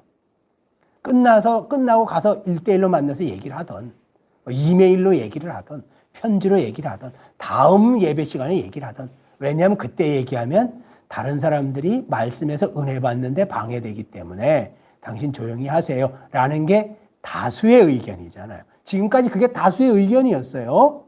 다수의 의견이었는데 성서는 그걸 질서라고 얘기를 안 해요. 그거를 교회를 허무는 행동이라고 얘기를 안 해요. 그러니까 우리가 교회를 세운다, 허문다라는 이 개념 자체에 미리 머릿속에 딱 넣어놓고 있는 선입견이 뭐냐면 교회의 전통을 허문다, 교회의 형식을 허문다, 교회의 구조를 허문다, 사역자의 권위를 허문다 라는 게 교회를 허문다라는 의미로 그냥 받아들이는 거예요. 기존의 교회의 전통을 허무는구나. 네가 기존의 교회의 전통을 흔드는구나. 기존의 어떤 교회 사역자의 권위를 너가 흔드는구나. 기존 교회의 어떤 형식을 너가 흔드는구나. 이걸 교회를 허문다라는 뜻으로 받아들이는데 이 본문이 얘기하는 건 절대로 그런 뜻이 아니라는 거예요. 절대로 그런 뜻이 아니고 그냥 하나님의 교회를 허문다, 세운다라는 뜻으로 표현했어요. 제가 말씀드리고자 하는 뜻을 이해하셨죠? 그래서 과연 무엇이 하나님의 교회를 세우는 행위이고 과연 무엇이 하나님의 교회를 허무는 행위냐는 거예요. 만약에 제가 뭐라고 여러분에게 성경을 같이 나누는데 명백히 잘못된 가르침을 선언하고 있다고 가정을 해봐요. 근데 여러분이 여러분 중에 한 자매님, 한 형제님이 그 얘기를 듣다가 저거는 내가 깨달은 성경 깨달은 건 맞지 않아요 라는 상황이 발생을 했는데 그냥 이 자리에서 다 이석해서 댁으로 돌아가신다고 생각을 해봐요. 이것이 진정으로 교회를 세우는 행위예요. 허무는 행위예요. 바울은 뭐라고 얘기했냐면 허무는 행위라고 얘기를 하고 있어요. 이런 행위를. 그 사역자들의 행위 자체도 허무는 행위지만 B라는 성도에게 또 다른 계시가 임했을 때 입 다물고 가만히 있는 것도 교회를 허무는 행위라고 얘기를 하고 있어요. 그 교회를 허무는 행위예요. 왜요? 성령 하나님이 은사를 한 사람에게 몰빵해서 100% 다 주시고 그래 너 혼자 해라 이렇게 사역하시는 경우가 없기 때문에 그래요. 그러면 성도는 그분 한 분이면 돼요. 하나님의 교회는 그분 한 분이면 돼요. 하나님의 교회는 그 목사 혼자만 계시면 돼요. 성도들이 왜 필요해요? 그게 교회를 허무는 행위가 아니라는 거예요. 그러니까 이걸 일단 이해할 필요가 있어요. 우리가 이야기할 때 우리 마음속에 지금까지 기존의 교회의 전통, 기존의 어떤 교리, 어떤 형식, 목회자의 권위, 이걸 감히 허물어? 이런 반응이기 때문에 이건 성서의 어떤 의미와 전혀 맞지 않아요. 여러분 한번 생각해 보세요. 종교개혁 시대에 마틴 루터의 전직 직업이 뭐예요? 신부예요. 신부. 신부였잖아요.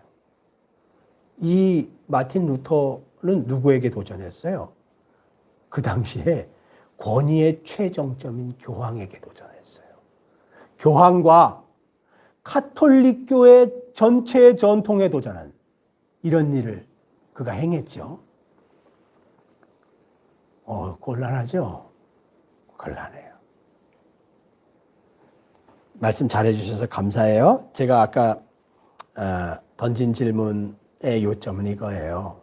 소위 지금 현대 한국교회가 성도들에게 회중에게 임하신 은사의 발현, 재발현 그것을 통해서 사역자들이나 다른 독주하는 은사자들과 교회의 균형을 맞추고 완성된 어떤 성령의 그림을 맞춰가려고 하는 이 성령 하나님의 사역을 거부하고 그리고 그것을 표현하는 방식으로 너네 교회의 질서를 지켜야지 왜 그렇게 행동하냐? 라고 지금 행동을 하는데 그러나 그것은 교회의 질서라는 단어를 써서는 안 되는 극히 무질서한 극히 이기적인 하나님의 그 가르침과는 맞지 않는 반기독교적인 행동이에요. 예수의 가르침과 맞지 않아요. 성경과 맞지 않아요. 저를 뭐라고 비판하셔도 상관없어요. 성경과 맞지 않아요. 성서는 뭐라고 얘기하고 있나요? 은사 받은 다중의 성도들이 협력해서 사역하라는 거예요. 혼자 할 수 없다는 거예요. 하나님의 교회는 그렇게 사역이 될 수가 없다는 거예요. 협력해서 수많은 성도들에게 하나님이 은사를 부여주시니까 다 서로 존중하면서 그 은사의 가치를 다 인정하면서 너 스스로를 낮추고 정말로 마음속에서 저 일하는 저 일꾼들을 동등한 가치로 받아들이면서 절제하면서 두려워하면서 허리를 꺾으면서 협력해서 같이 일을 하라는 거예요.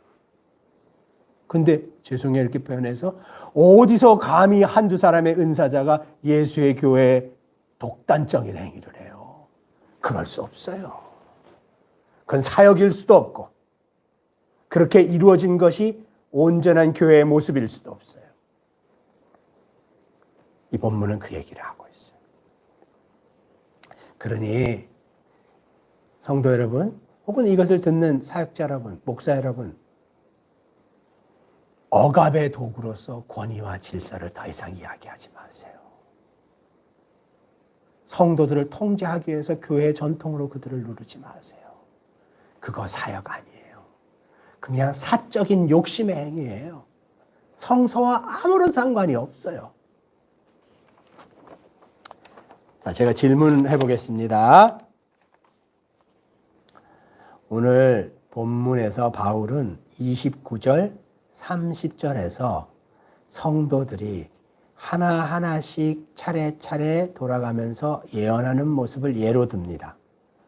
두세 사람이 돌아가며 예언해야 한다. 그 예언을 들은 앉아있는 성도들은 반드시 그 예언을 분별해야 한다. 만약 앉아있는 다른 성도에게 처음 예언과 관련해서 다른 계시가 임하면 먼저 하던 예언자는 입을 다물고 새로운 계시자가 말할 수 있게 해줘야 한다. 이렇게 말하고 있어요. 여러분, 이 장면은 현대교회 성도들에게는 굉장히 기이하고 이상적인 모습이에요.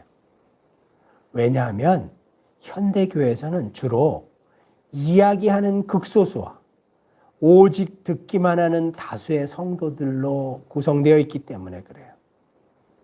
그리고 선포되는 예언을 듣다가 아닌 것 같은데 하는 생각이 들어도 절대로 공개적으로 이야기할 수 없는 분위기예요. 여러분, 이렇게 현대교회의 잘못된 관행을 고치려면, 그리고 모두가 예언하려면 여러분 교회에서는 무엇을 어떻게 해야 할까요? 우리 고린도 교회에서 교훈을 배우는 거지만 이제 고린도 교회 욕은 그만하고 우리는 무엇을 어떻게 해야 할까요?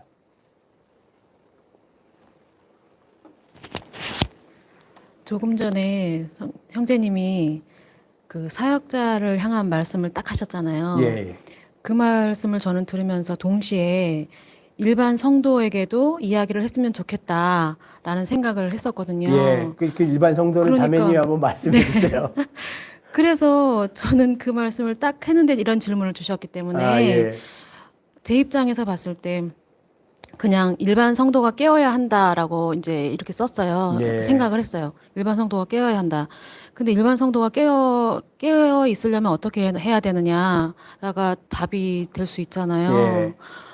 그게 사실 너무 어려운 것 같아요. 예. 가장 어려운 것 같고, 그리고 늘 말씀을 읽고 기도하는 생활을 해야 된다라는 생각을 늘 하지만 부족하거든요. 예. 그러면 아까 제가 말씀드린 것처럼 귀결되는 게 사역자들과 동등하게 내가 하나님 말씀을 깨닫고 알아야 되는데 그러려면 어떻게 해야 되지? 그러면 이 삶 선생님, 속에서 예, 말씀 중에 죄송해요.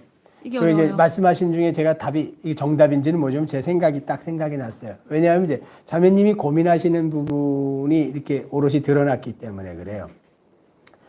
성경이 가르치는 배움의 방식은, 학습의 방식은 공동학습이에요.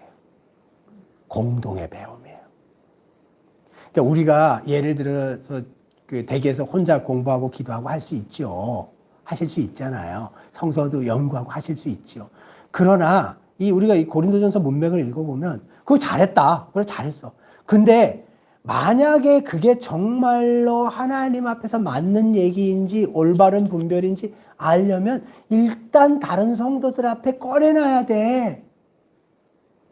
꺼내놓고 다른 성도들의 생각이나 다른 성도들의 계시나 다른 성도들의 평을 들으면서 떨어져 나갈 건 떨어져 나가고 깨질 건 깨져 나가고 고쳐질 건 고쳐지고 하면서 그게 이렇게 완성되는 과정을 통해서 그것을 이렇게 내놓은 내 자신과 그것을 그 과정에 참여하는 성도들이 그 과정을 통해서 성령의 어떤 은혜로 학습되고 깨달아지고 배우고 하는 일을 공동의 학습 과정.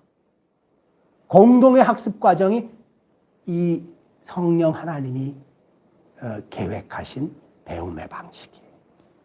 그러니까 우리가 일반적으로 알고 있는 꼭 일반 교회들, 현재 다른 저희 예, 예. 공동체 교회 말고 예, 일반적으로 알고 있는 학습, 신학대학을 가야 돼 예. 라는 것이 아니라 저희들끼리도 지금 말씀하신 것처럼 공동의 학습이 필요하다. 예. 그러면 공동으로 모여서 함께 결국은 예배 중에 아니면 성경 예배 공부 중에 중에 성경 공부 중에 예, 혹은 모임 중에 아까 보면은 학습을 해야 된다. A라는 예언자가 예언할 때 B라는 사람에게 다른 계시가 임하면 얘기하게 해줘라 라는 이 바울의 가르침이 있잖아. 이 과정 속에서 제가 아까 이런 말씀 드렸잖아요. 만약에 이 B라는 사람의 계시를 안 들을 때 가장 불행한 사람이 누구예요? 라는 질문을 던졌잖아요. 누구냐면 A라는 예언자예요.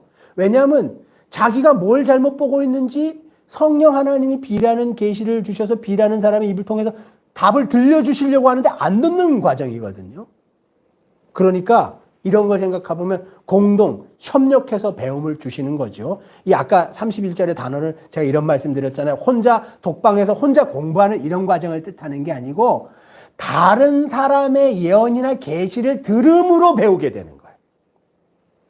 타인을 통해서 가르쳐 주시는 거죠. 성령 하나님이. 다른 사람들을 통해서 가르쳐 주시는 거예요. 내가. 이런 걸 뜻해요. 철저하게 말하자면 수동적이고 타자가 나를 가르쳐 주시는 이런 그림을 뜻해요. 31절에.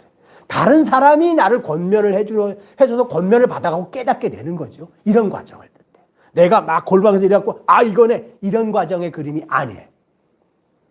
그러니까 그렇다면은 집단, 협력, 타자를 통한 가르침. 이 성서적인 은사를 성령 하나님이 행하시는 방식이에요. 그렇기 때문에 우리는 다른 성도나 다른 예언자나 다른 계시자의 얘기를 예의주시해서 들어봐야 돼요. 다른 의견들, 저분의 얘기를 예의주시해서 들어봐야 돼요. 사역자분들은 성도들의 얘기를 예의주시해서 들어봐야 돼요. 왜요?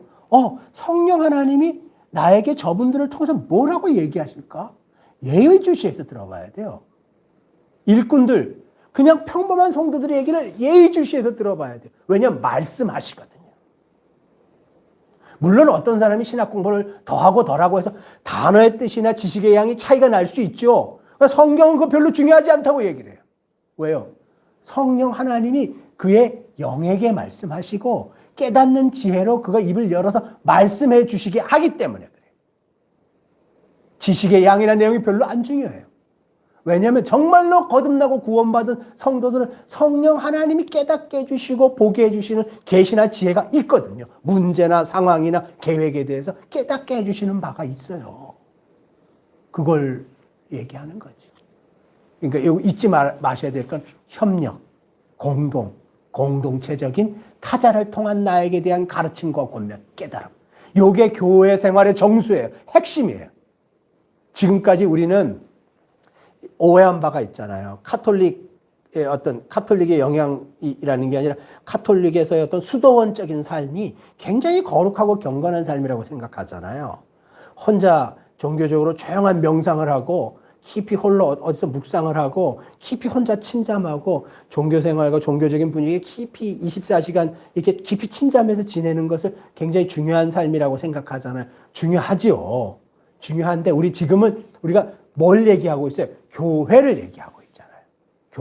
교회는 요새로 얘기하면 공동체잖아요. 공동체적인 삶에서 이런 지금 제가 앞에서 표현한 설명의 표현보다 훨씬 더 중요한 태도는 뭐냐면 다른 성도, 타자를 통해서 하나님이 나를 어떻게 가르치시고 어떻게 깨닫게 하시려고 하시는지에 대해서 마음을 여는 자세예요. 이게 공동교회 생활의 핵심이에요. 바울은 지금 고린도 교회에 있는 은사자들에게 그렇게 얘기하고 있는 중이죠. 너네는 교회가 뭔지도 잘 모르는구나 라고 얘기를 하는 거예요. 성령 하나님이 너희들에게 임해갖고 놀라운 은사를 줬다고 니네 입으로 얘기하지만 니네 행태를 보니까 성령 하나님이 너희들을 쓰시지 않는 것 같아 라고 얘기를 하는 거예요. 그러니까 그걸 한번 생각해 보시면 좋으실 것 같아요. 아까 제가 말씀드렸잖아요. 그럼 우리 현재 한국교회에서는 어떻게 해야 돼요? 몇 가지 제안이 있어요. 하나는 거듭난 모든 성도들로 하여금 예언할 수 있는 기회 자유를 줘라. 거듭난 모든 성도들로 하여금 하나님의 깨달음과 하나님의 계시를 부담을 갖지 않고 예언하거나 말할 수 있는 기회를 줘라. 그 자리가 어떤 자리다. 두 번째 어떤 결론을 적용할 수 있을까요? 은사자들은 다른 사람들의 영에 통제받아라. 32절이죠. 은사를 행하는 자들은 다른 사람들의 영, 다른 사람들에게 통제받고 균형받아라. 세 번째, 교회 공동체는 반드시 분별하라. 반드시 분별의 행위를 하라. 잘못된 거 아니다. 교회를 허무는 행위 아니다. 분별하는 거. 오히려 분별하지 않는 것이 교회를 허무는 행위다. 한국 교회가 일부 은사자들과 일부 설교자들의 설교와 말씀 가르침을 분별하지 않아서 행하는 지금 이 모습을 보면 얼마나 기형적인 잘못된 일들을 많이 행해요. 그 이면에 보면 성도들이 말씀과 말씀 강론과 설교를 분별하지 않은 죄가 자리 잡고 있어요. 그래서 여기까지 왔어요. 여기까지 왔어요. 그리고 오늘 이 시간에도 그런 일이 벌어지잖아요. 다른 얘기 한번 해볼게요. 질문. 오늘 본문에서 모든 사람이 예언할 수 있다고 말합니다. 그렇다면 여러분, 현대 교회가, 모든 교회는 아니지만 자매님들이 공개적으로 예언하는 것을 왜 막습니까? 자매님들이 공개적으로 설교하거나 예언하거나 계시를 행하는 것 왜 잘못됐다고 막습니까? 만약에 이렇게 자매님들, 여성이 공개적으로 예언하는 것을 막는다면 한국 교회는 어떤 큰 수렁에 빠지게 될까요? 어떤 수렁에 이미 빠졌지만 어떤 수렁에 빠지게 될까요? 자매님들이 예언하는 것, 자매님들에게 임한 계시를 듣지 않겠다고 거부하는 것, 이런 행태를 계속 저지른다면, 제가 전에 다녔던 교회도 마찬가지죠. 그런 행태를 계속 저지른다면, 저는 여성 상위, 그 옹호자, 페미니스트 그런 사람 아니에요. 저는 그 얘기를 하는 게 아니에요. 성서에 있는 얘기를 그냥 여러분에게 전하는 거예요. 남성 우월주의자 이런 사람 아니에요. 자매님들에게 임한 예언, 성령의 예언을 교회가 듣기를 거부해요. 이러면 어떤 일들이 그 교회 공동체에 벌어질까요? 뻔해요. 일어날 일은 아주 뻔해요. 성령 하나님이 여성의 삶의 자리에서, 자매님들의 삶의 자리에서 교회에게 하고자 하는 권면을 듣지 못하는 일이 발생하잖아요. 그래서 교회는 철저하게 남성 위주의, 남자 위주의 가치가 우월적으로 전통으로 자리 잡고, 자매님들, 여성은 철저하게 교회 내에서 이류 시민으로 자리 잡는 전통이 지금 자리 잡혔잖아요. 그죠? 저는 교회 내에 있는 형제님들과 자매님들 싸움을 붙이려고 하는 게 아니에요. 성서가 가르치는 대로 하자는 거예요. 그게 우리가 사는 길이라는 거예요.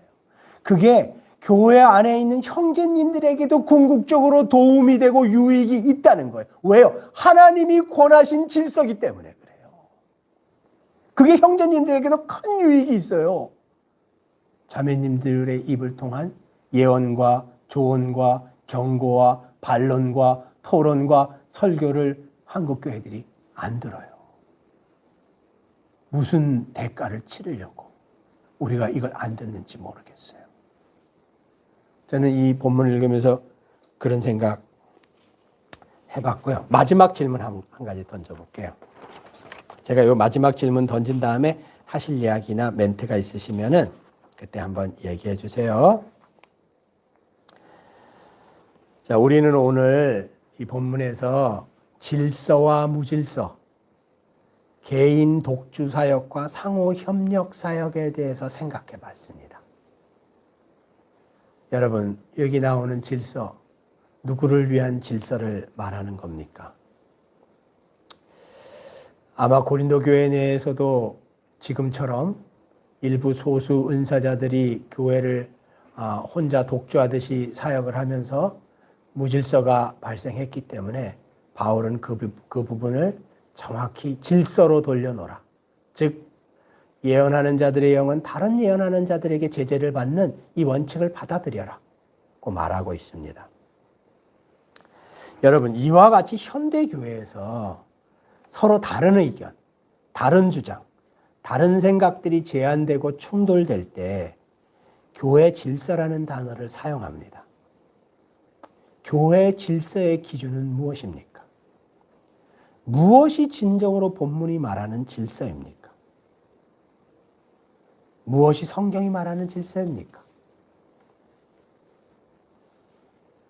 제가 다시 한번 말씀드리지만은 성령 하나님이 교회 공동체의 권위에 모든 은사자들이 순종하고 복종해야 한다라고 지금 권면하고 계시잖아요. 이걸 요새 말로 표현하면 당신이 아무리 탁월한 은사를 받은 자라도 교회 회중의 다수에게 임하는 그 영 위에 올라가서는 안 된다는 거예요. 교회의 권위는 이 사역자 한 사람의 권위를 뜻하지 않고 교회의 권위, 교회의 질서라는 이 단어는 그 교회 회중에게 임하신 성령의 무게와 성령의 질서를 뜻하기 때문에 어떤 탁월한 개인도 이 다중의 회중 위에 있는 성령의 질서 위에 올라가서는 안 된다는 거예요. 이 얘기를 바울은 계속 얘기하고 있어요.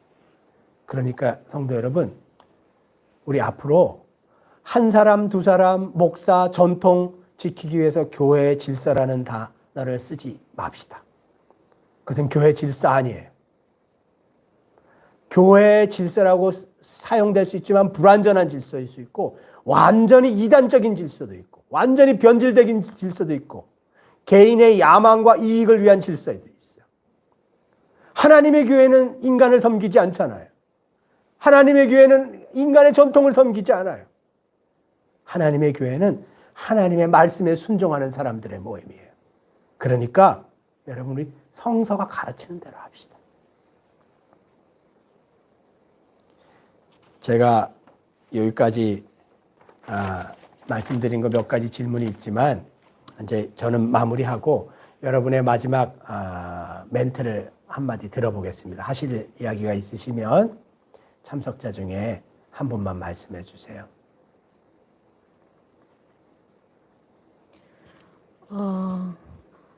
그동안에 저희 공동체 교회에서 예배 드렸을 때 이야기들을 꾸준히 들어왔음에도 불구하고 또 오늘의 말씀을 또 들으면서도 사역자들을 바라보는 시각은 저희가 이제 많이 이제 알아왔던 부분이긴 해요.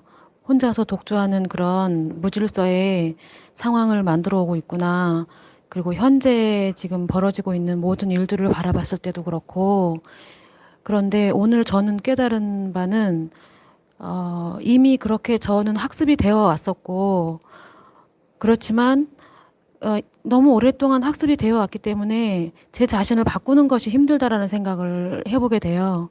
그리고 사역자들에게 제가 그렇게 과연 저희 교회가 아닌 일반적으로 그런 예배를 드려졌을 때 내가 과연 할 수 있을까 그런 생각을 해보게 되고, 그러면서 일반 성도인 내가 어떻게 해야 될까, 내가 깨어 있어서 내가 말씀을 온전히 받고 교회를 세우고, 그리고 교회를 세운다는 건 또 섬김이라고 지난번에도 또 이제 들었었고, 말씀에 순종하는 거, 그런 모든 것들이 이전에 학습되었던 것에서 완전히 뒤바뀌어야 된다라는 생각을 저는 하면서, 이전에 학습된 걸 완전히 뒤바꾸려면 공동체가 서로 학습하고 서로 성도들 간에 공부하고 해야 되는 시간을 더 드려야겠구나. 네. 사실 제가 잘 못하고 있지만 그 시간을 하나님께 드려지는 시간, 제가 너무 머릿속에 박혀있는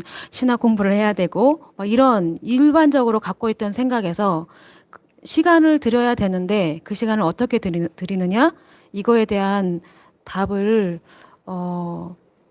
찾은 것 같은 생각이 들고 또 실천을 해야겠구나 라는 생각을 했습니다. 예, 감사합니다.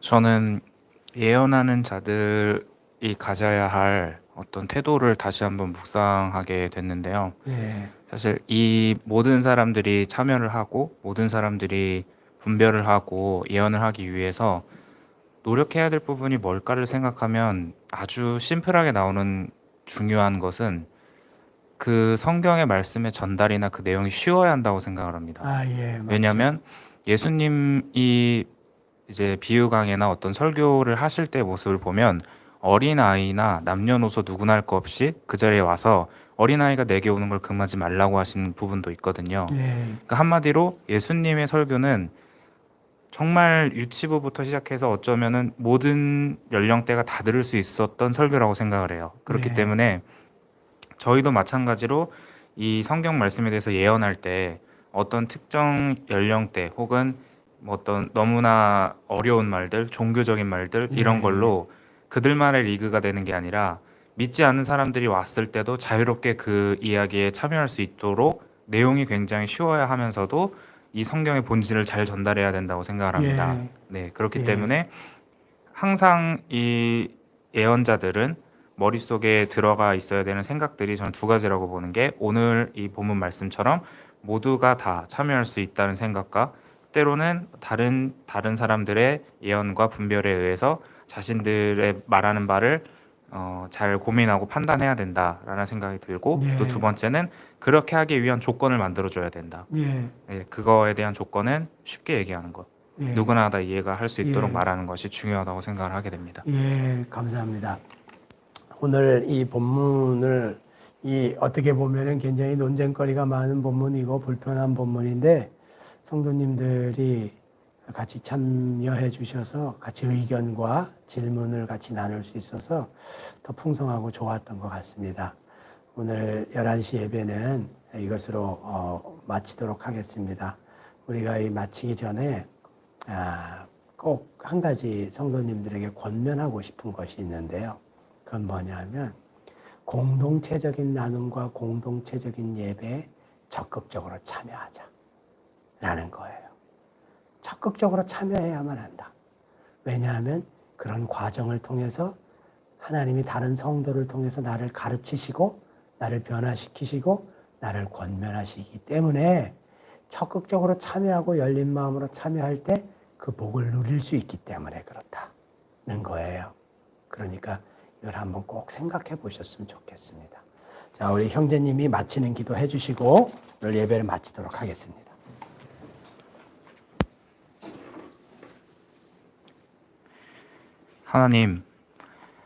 하나님께서는 무질서의 하나님이 아니라 하셨습니다. 또한 오직 화평의 하나님이라 하셨습니다. 오늘 저희가 이 성경 말씀을 통해서 깨달은 것은 저희가 생각했던 무질서의 모습이 하나님이 보셨을 때는 질서일 수도 있고 저희가 생각했을 때 질서를 지킨다고 했던 모든 모습들이 하나님의 입장에서 무질서였음을 이 시간 알게 되었습니다. 하나님은 저희에게 이 교회를 허락하신 의미가 사랑의 근본의 마음으로 저에게 교회를 허락하셨습니다. 또한 저희가 혼자 살아가는 것이 아니라 공동체적 삶에서 서로가 서로에게 영향을 미치고 또한 그 과정 속에서 하나님을 알도록 하나님께서 모든 것을 설계하셨습니다. 오늘 이 시간 저희가 이 말씀을 통해서 하나님의 질서가 무엇인지를 올바르게 깨닫고 저희가 이 설교의 자리와 또한 예배의 자리, 성경 모임의 그 모든 자리 속에서 정말 분별할 수 있는 기회와 환경이 어떤 것인지를 깨닫게 해주셨습니다. 앞으로 저희가 이러한 환경 속에서 온전히 하나님의 뜻이 무엇인지를 분별하는 일에 힘쓸 수 있도록 인도하여 주시옵소서. 또한 그 과정 속에서 다른 사람들에게 또한 모든 참여하는 성도들과 또한 이웃과 주민들에게 하나님이 진정으로 원하시는 것이 무엇인지를 드러내실 것이라 믿습니다. 또한 성령님이 그 과정을 온전히 인도하시고 또한 모든 것을 예비하심을 믿습니다. 이 모든 것을 이루신 예수님의 이름으로 기도드리옵나이다. 아멘.